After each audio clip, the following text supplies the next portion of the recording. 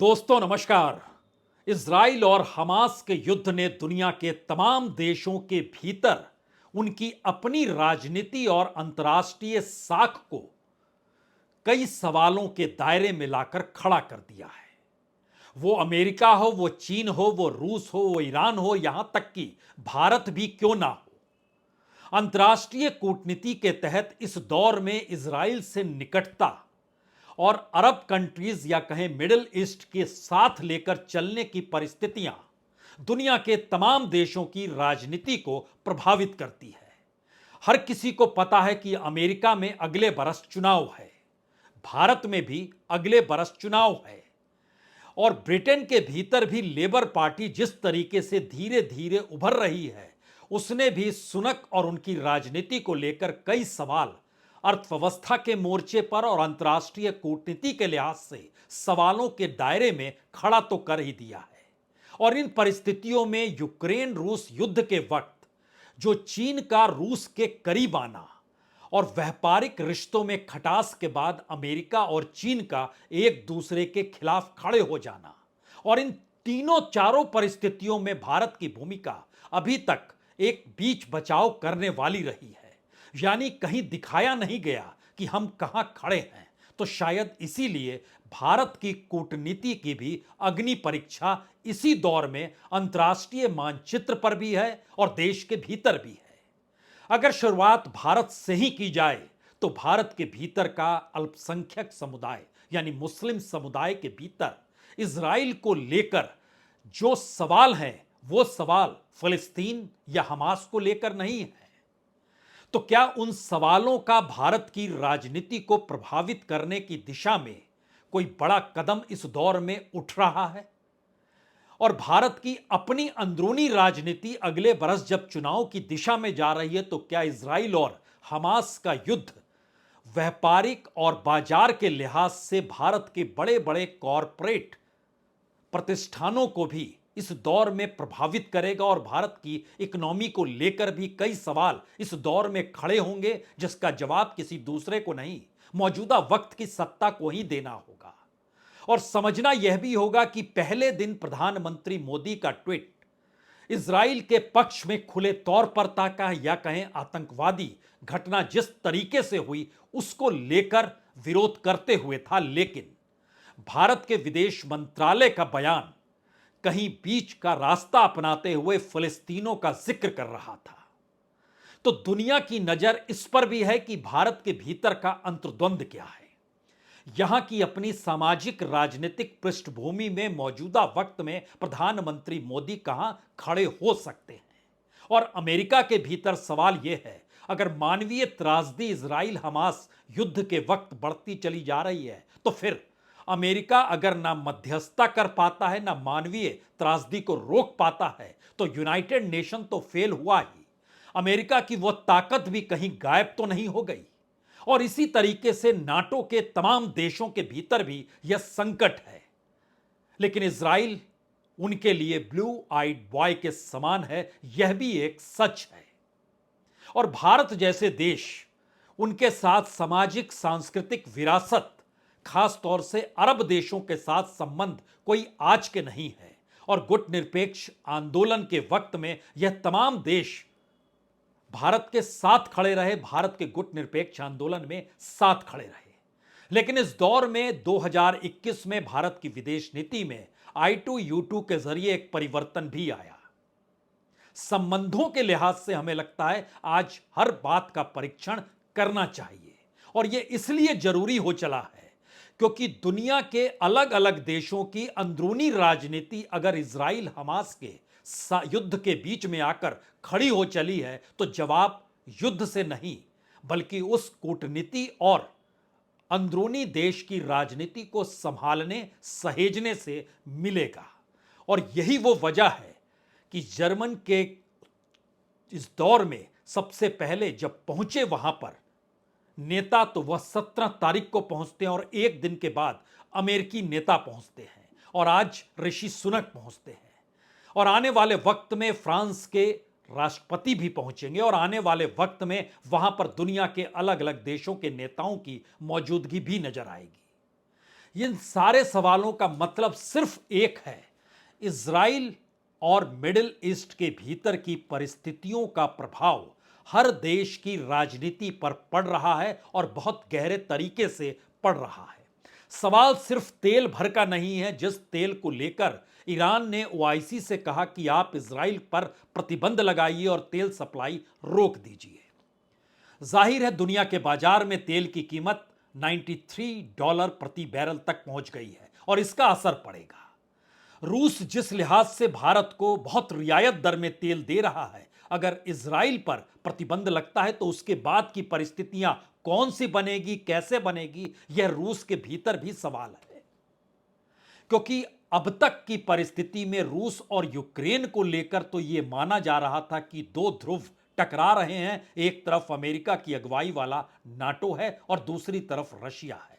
लेकिन यह एक नया फ्रंट खड़ा है और इस नए फ्रंट ने हर देश को क्यों प्रभावित किया है। भारत के भीतर अगर झांक कर देखिए तो सवाल सिर्फ यह नहीं है कि अडानी ने वहां पर $1.8 बिलियन का जो हाइफा पोर्ट है वहां पर उसकी हिस्सेदारी 70% की है, जो उन्होंने अडानी पोर्ट एसईजेड वहां पर अपने तौर पर जो पैसा लगाया। सवाल है वहां पर टाटा कंसल्टेंसी है, वहां पर इन्फोसिस है, वहां पर विप्रो है, वहां पर एसबीआई है, वहां पर लार्सन एंड टोब्रो है, वहां पर भारत फोर्ज है, वहां पर सन फर्मा है। यानी भारत की इकोनॉमी को संभाले हुए बड़े बड़े ग्रुप इस युद्ध से प्रभावित होंगे ही, और उसका असर अगर इनकी इकोनॉमी पर पड़ेगा, नेटवर्थ पर पड़ेगा, जो कि शेयर बाजार के जरिए लगातार अब दिखाई देने लगा है, तो जाहिर है भारत की अर्थव्यवस्था प्रभावित होगी। संभालना मौजूदा सत्ता को है। अब यहां से जैसे ही आप अमेरिका की तरफ जाते हैं तो यह भी समझना होगा कि अमेरिका जॉर्डन जाकर यह साबित करना चाहता था कि वही ईमानदारी के साथ मध्यस्थता कर सकता है। लेकिन चाहे जॉर्डन हो, मिस्र हो, फिलिस्तीन हो, इनके प्राधिकरण के नेताओं ने जतला दिया कि अमेरिका की मध्यस्थता करने की क्षमता पर उन्हें भरोसा नहीं है। यह पहला हिस्सा है। दूसरा हिस्सा है कि जिस तरीके से हमास ने हमला किया उसके पक्ष में कोई खड़ा नहीं हो सकता है। लेकिन उसके बाद जैसे जैसे फिलिस्तीन में आम लोगों की मौत का आंकड़ा बढ़ता चला जा रहा है, ऐसे में हमास का 7 अक्टूबर की बर्बरता जो थी, अब वहां से ध्यान हटकर हर कोई इजराइल की तरफ देख रहा है, जिसके साथ अमेरिका खड़ा है। और दुनिया में आम गाजा वासियों की सुरक्षा को लेकर एक चिंता है, एक परेशानी है। और अगर इसको समझे तो हमास गुरिल्ला वार के साथ खड़ा है। उधर हिजबुल्ला भी तैयार हो चला है, जो अपने तौर पर ईरान के साथ उसकी फंडिंग का मिलना, हथियारों का मिलना, ट्रेनिंग का होना, इन सब ने उसे बड़े ताकतवर बना दिया है। उसके पास लाखों रॉकेट और मिसाइल है, लंबी दूरी तक की मिसाइल है। तो क्या वो दूसरा फ्रंट खोल सकता है? और दूसरा फ्रंट खोलेगा तो भूमध्य सागर में अमेरिकी पोत खड़े हैं, जो निशाने पर हिजबुल्ला को लेने से घबराएंगे नहीं, कतराएंगे नहीं। तो यह एक परिस्थिति गहरे तौर पर दुनिया के भीतर युद्ध की एक नई परिस्थिति को जन्म दे रही है। लेकिन यहां फिर समझना होगा कि जब हमास गुरिल्ला वार की दिशा में बढ़ता है तो गाजा पट्टी के भीतर की जो सुरंगें हैं वो बारूदी सुरंग में बदल सकता है। स्नाइपर उसके काम कर सकते हैं, घात लगाकर वो हमला भी करेगा। पर नुकसान आम लोगों को जो होगा उसकी चिंता अब दुनिया कर रही है। और शायद यही वो वजह है कि अब नाटो के देश खुद मध्यस्थता करना बाइडेन चाहते थे, नहीं कर पाए। 4 घंटे के बाद वो वापस लौट गए। ऋषि सुनक तैयारी कर रहे हैं कि वो सऊदी अरब भी जाएंगे। सवाल यह है कि अगर अपने अपने देश के भीतर, चाहे ब्रिटेन के भीतर लेबर पार्टी इस दौर में सुनक की राजनीति को लेकर सवाल खड़ा करती हो, भारत के भीतर में कुछ सवाल खास तौर से जो अल्पसंख्यक समुदाय से जुड़े संगठन और पॉलिटिकल पार्टी हैं वो बड़े तीखे तरीके से सवालों को उठा रही हो, या फिर जो भारत के विदेश मंत्रालय और प्रधानमंत्री के ट्वीट के बीच जिस राजनीति को लोग समझ रहे हैं विपक्ष, उस पर भी निशाना कर रहा है। और रिपब्लिकन और डेमोक्रेट के भीतर दुनिया के तमाम परिस्थितियों को लेकर एक टकराव अमेरिका में खुले तौर पर नजर आ रहा है। लेकिन इसकी नब्ज को अगर अमेरिका के जरिए टटोलिए तो अमेरिका उसी मानवीय पहलू को उठाना चाहता है जो मानवीय पहलू उसके हाथ से गाजा पट्टी और आम फिलिस्तीनी को लेकर निकलते चला जा रहा है, क्योंकि वह खुद इजराइल के साथ जाकर खड़े हैं। क्योंकि ध्यान दीजिए, जब वो संबोधन कर रहे थे फिलिस्तीन के आम लोगों के साथ, उनका संबोधन था, उसमें उनकी 4 लाइन बड़ी महत्वपूर्ण थी। उनका कहना था कि आपके माता पिता, दादा दादी, बच्चों के और यहां तक कि शिशुओं के साथ जो कुछ हुआ उसे देखकर आप चुप नहीं रह सकते, लेकिन अपने ऊपर गुस्से को हावी ना होने दें। और उसके बाद उन्होंने जिक्र 9/11 का कर दिया, क्योंकि 9/11 को लेकर समूचा अमेरिका ही नहीं बल्कि अमेरिका ने कहा था जो हमारे साथ है वो दोस्त है, जो नहीं है वह दुश्मन है।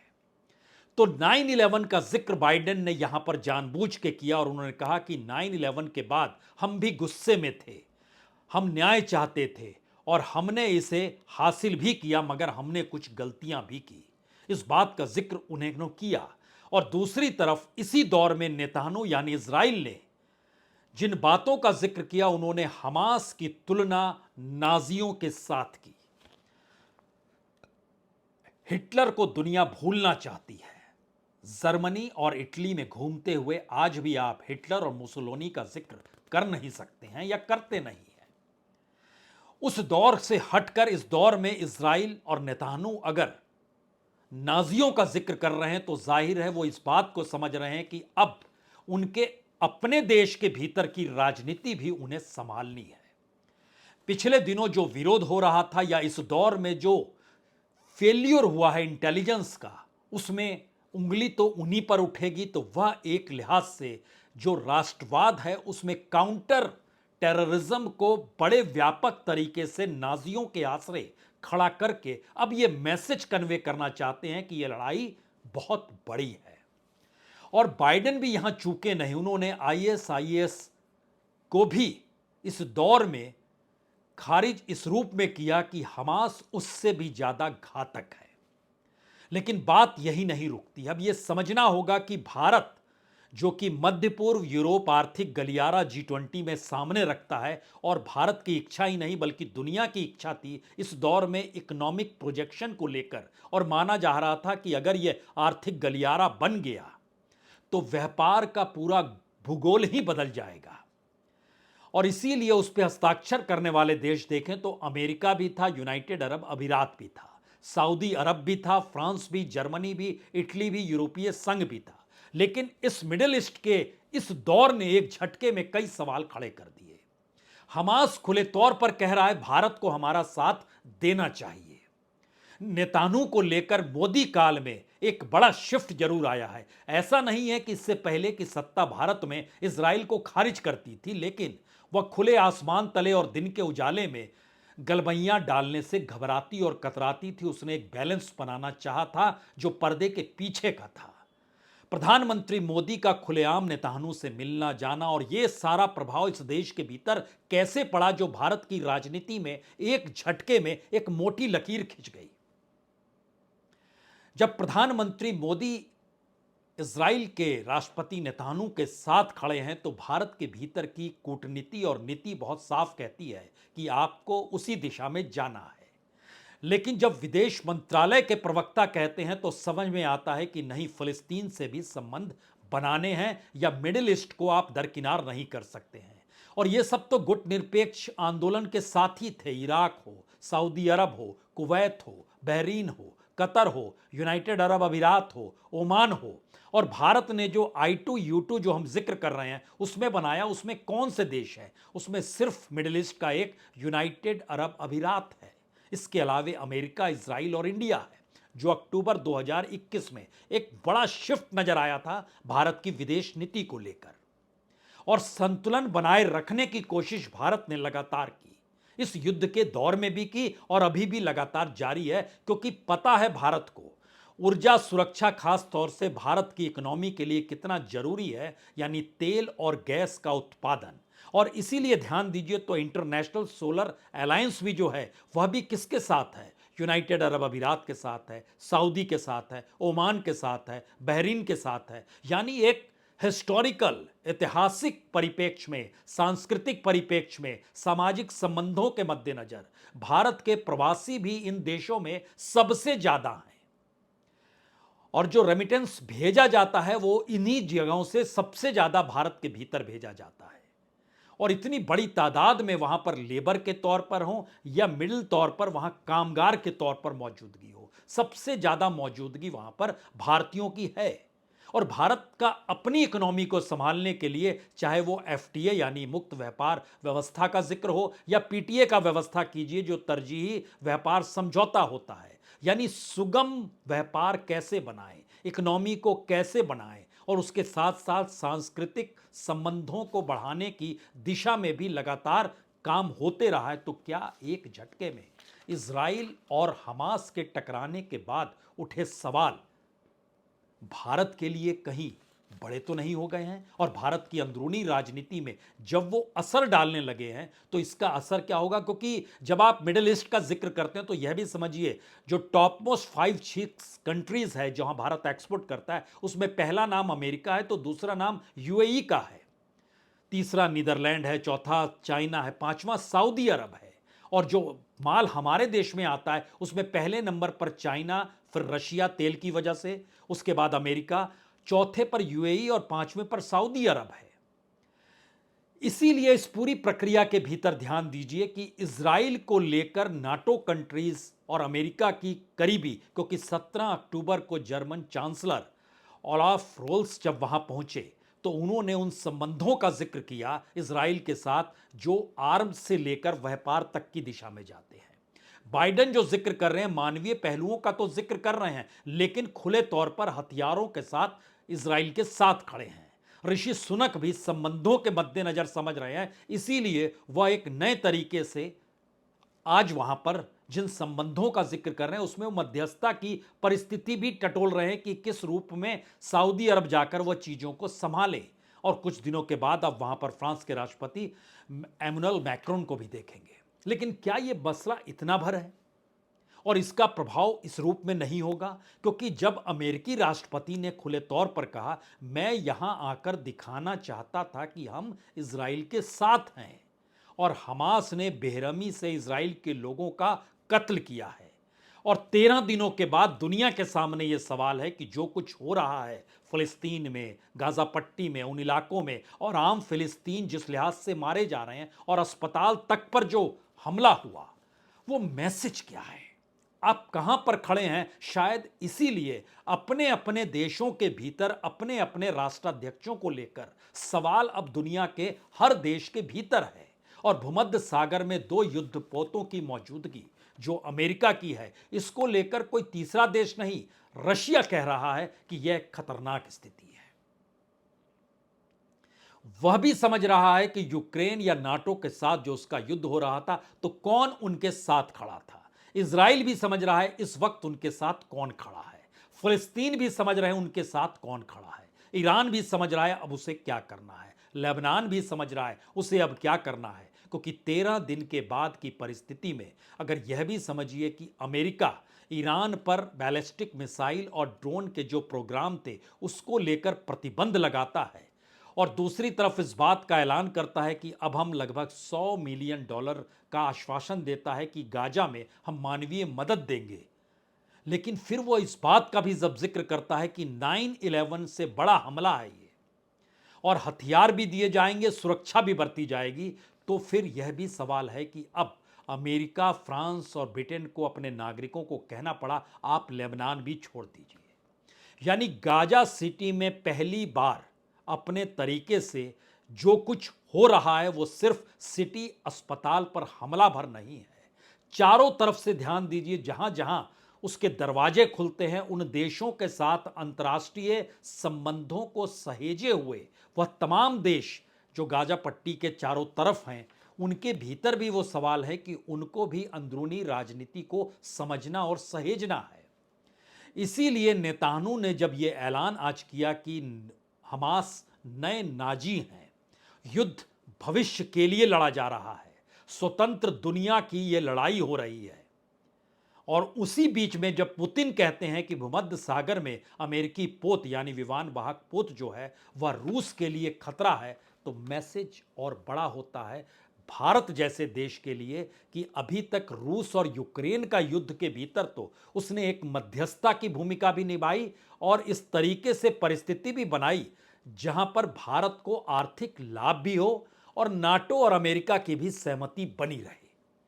लेकिन इस परिस्थिति में जब आपके देश के भीतर के सामाजिक सांस्कृतिक पहलू भी राजनीति को प्रभावित करने की दिशा में हो और देश की अंतर्राष्ट्रीय कूटनीति को लेकर बहुत सारे सवाल अंतर्राष्ट्रीय तौर पर लगातार हवा में गूंज रहे हों, तो फिर मैसेज क्या निकलेगा।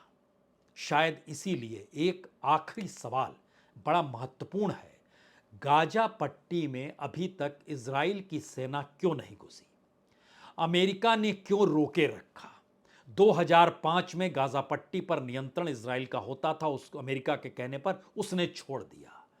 क्या यह हो सकता है कि हमास का हमेशा के लिए खात्मा जो नेतन्याहू ने ऐलान किया वह खतरा कहीं इजराइल के लिए इस रूप में ना बन जाए? क्योंकि जब आप किसी देश में घुसते हैं, किसी क्षेत्र विशेष में घुसते हैं, तो उस पर कब्जा बरकरार कैसे रखेंगे और उसमें कितना कुछ झोंकेंगे, यह भी सवाल उस दौर में है जब दुनिया के सामने एक अंतर्राष्ट्रीय मंदी का भी सवाल है और इकोनॉमी नहीं संभालने की स्थिति में हर देश के राष्ट्राध्यक्षों के सामने अपनी राजनीति को संभाले रहना और अपनी पार्टी को जिताने का कहीं ना कहीं दायित्व और बोझ दोनों चल रहा है, जो पहली बार अंतर्राष्ट्रीय तौर पर इस युद्ध ने प्रभावित कर दिया है। इस सवाल का जवाब इसलिए किसी के पास नहीं है क्योंकि बेकाबू जो मानवीय संकट लगातार होता चला जा रहा है, जो संघर्ष के बाद पूरे मध्य पूर्व में फैलने का डर जो लगातार बढ़ते चला जा रहा है, और ईरान अपने तौर पर यह माना जाता है कि जो एग्रेसिव या टेररिस्ट कहिए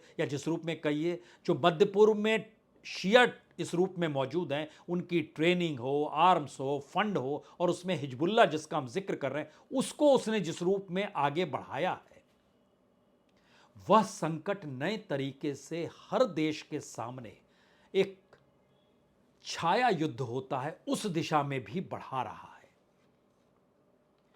यानी मैसेज देश के भीतर क्या देना है, अंतर्राष्ट्रीय कूटनीति कौन सी करनी है और इकोनॉमी को संभालने के लिए बाजार और व्यापार का कौन सा रास्ता खोलना है, यह तीन परिस्थितियों में कमोवेश हर देश इस युद्ध के साथ अटक गया है। लेकिन सबसे बड़ा मैसेज है क्या?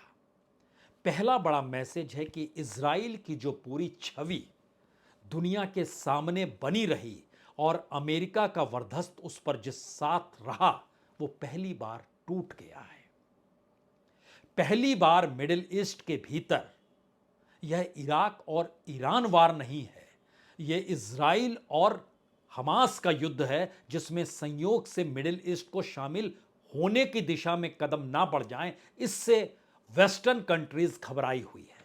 और भारत जैसे देशों के सामने इस दौर में जो विदेशी कूटनीति को लगातार जिस रूप में आगे बढ़ा रहे थे, चाहे अमेरिका के ट्रंप के दौर को देखिए, चाहे पुतिन के युद्ध के काल को देखिए, या इस दौर में बाइडेन के साथ और चीन को लेकर जो निकटता अंतर्राष्ट्रीय कूटनीति के तहत बनती चली जा रही थी, उस पहलुओं को परखिए। और उसके बाद इन तमाम सवालों की अभी तक पूछ और पहुंच सिर्फ विदेश नीति से जुड़ती थी, पहली बार इसका प्रभाव देश की राजनीति पर पड़ रहा है। और इस गहरे प्रभाव के मर्म में अमेरिका के भीतर का चुनाव, भारत के भीतर का चुनाव, ब्रिटेन का चुनाव, यह तीनों परिस्थिति प्रभावित होने की दिशा में बढ़ चुकी है। बहुत बहुत शुक्रिया, बहुत बहुत शुक्रिया।